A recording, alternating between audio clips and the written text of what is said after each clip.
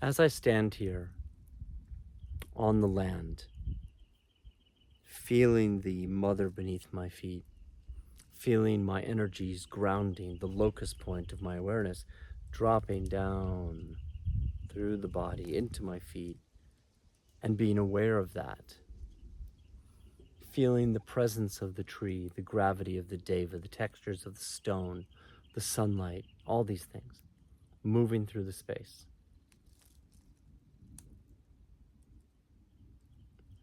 I'm reminded of the elemental nature of my magic, the simplicity of how I see things,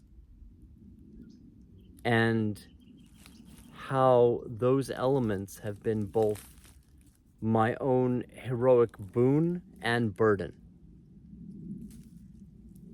on the journey into the Mythica.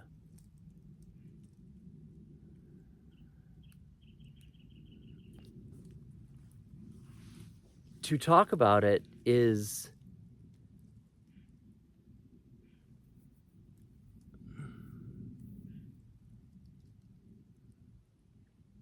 deliciously challenging, for it is the crucible of my own sense of both assertion and humility, of recognizing where wisdom is, with recognizing where imbalance remains, and thus fulfills my own ethos of presentation. It is tied into the nature of my own inquiry into what I'm presenting to the world, how I'm presenting the magic as I see her, how I am illuminating the nature of the rainbow bridge and the world tree and the grove of life, how I am expressing what was given onto me through my devotion to story, and how that relates to the ideal of the heroic quest itself as was revealed to me along my passage.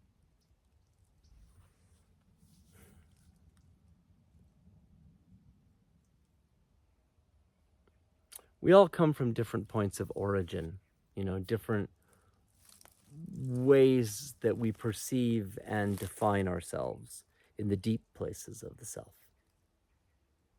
And a big aspect for me, the defining aspect for me, is that I've come here with virtually none of the patterns that allow people to exist here, with an overwhelmingly open awareness of the Akasha and tremendous difficulty with the root plane that defined my quest, that defined my journey from incoherence into the realization that I was incoherent and the gradual movement into coherence in order to survive the onslaught and drowning within my own perceptual set. It has been my movement of deep inquiry into what is the correspondence between the inner self and the outer world? What is the nature of the substance of the self? How does that play out in the very real human journey? What does it mean to be human? What does it mean to be mortal on a journey of becoming?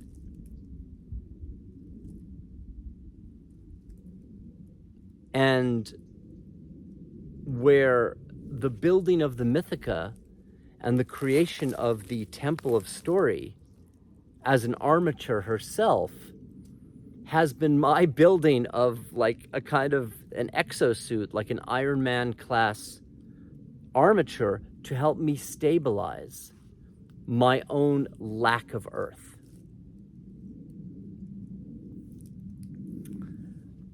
And because I'm an elemental being and I see things in a very like proto-elemental way, by virtue of not having the karmic impressions that give rise to those perceptual sets, I've gradually come to see that all intentions, and this means anything you want to create, right? And basically anything in the creation is made of the elements, and that when those elements don't exist in proper balance, everything's off kilter. Everything's off kilter. And in my case, the vast lack of experience that I had with the earth plane made the most basic earth experiences not just seemingly mundane, but incomprehensible, ungraspable.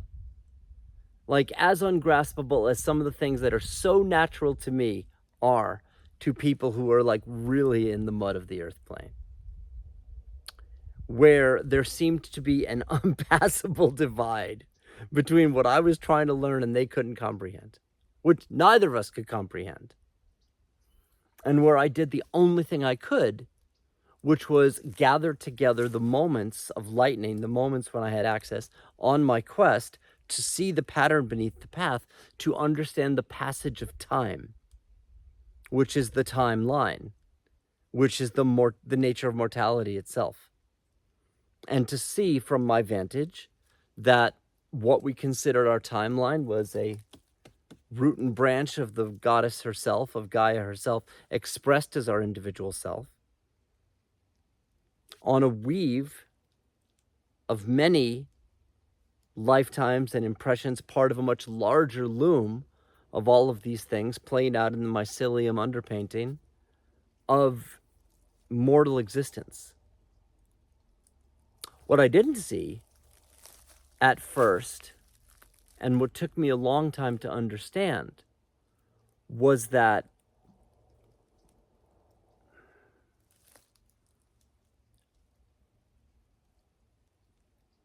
I was not consistent. So inconsistent, in fact, that I couldn't even really see how inconsistent I was. That I was drifting from one state to another all the time, unable to ground. Why? No earth. Unable to get into the patterns and repetitions that existed in the world. And in incarnational conditions where I didn't have to deal with it for a while. And then when I was in a position, it became like, it was a shock to my system. And where I tracked everything back to karma, to where I'm not made of those patterns, therefore that reality isn't happening for me. And where I gradually came to see not which was different, but that which was common between myself and every other self on the planet. Where I saw that we were all drifting from one state of being to another. That some of us were afforded a certain mystical communion with the experience and others were not, but that we were all shifting. That having and not having were impermanent states. But that not having was crippling. If you don't have access to the ideas on the crown chakra, you're just stuck in the earth. If you have no sense of the earth, you can't ground those ideas.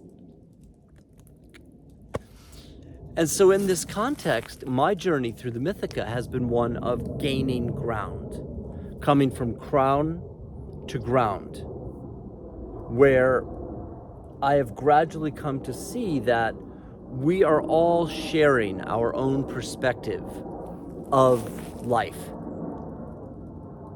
and personal legend.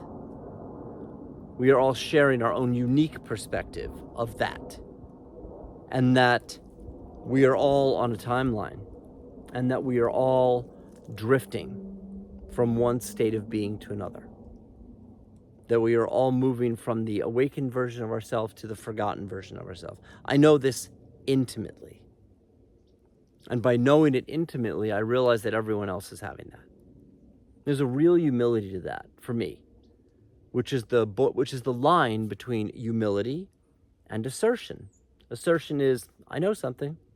I've earned it on the quest. I'm presenting it now because I feel that I'm living up to my own ethos of like, have some excellence and you come to the table, right? But the humility is I have been so lost in certain aspects of the earth plane that I am constantly learning from the beings around me who possess karmic impressions that I didn't have. So in that sense, the heroic boon of living the Mythica, of having access to that, mixed with the heroic burden of not being able to ground and flickering between states of being and moving from delirium to delight and, you know, between discernment and devotion and like all lots of D's, where in that crucible of boon and burden became blessing. Not simply for my own understanding of like, why is this happening? But for the understanding of that it's happening for all of us.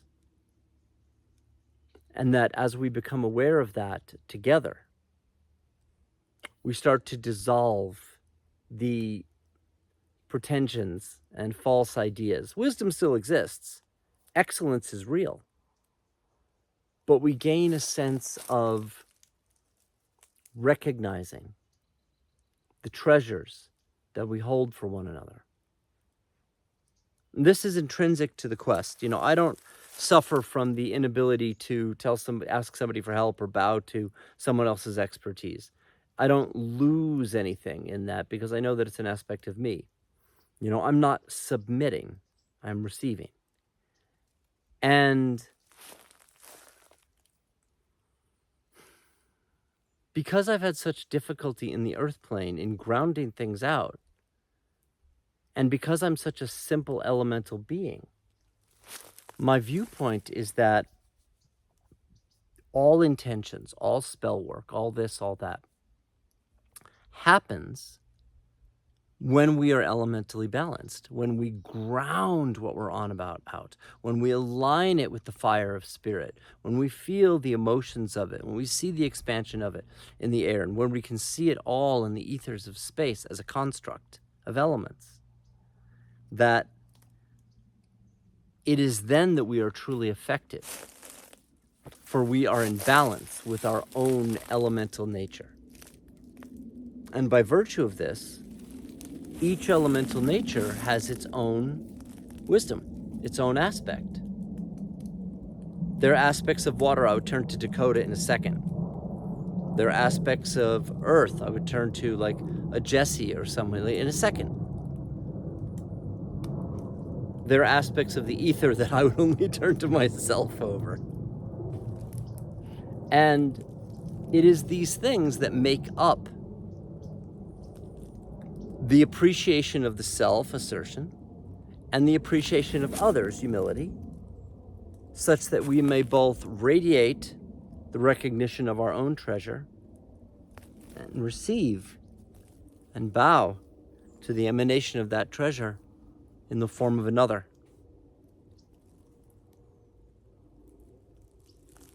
Blessings. May you live your myth.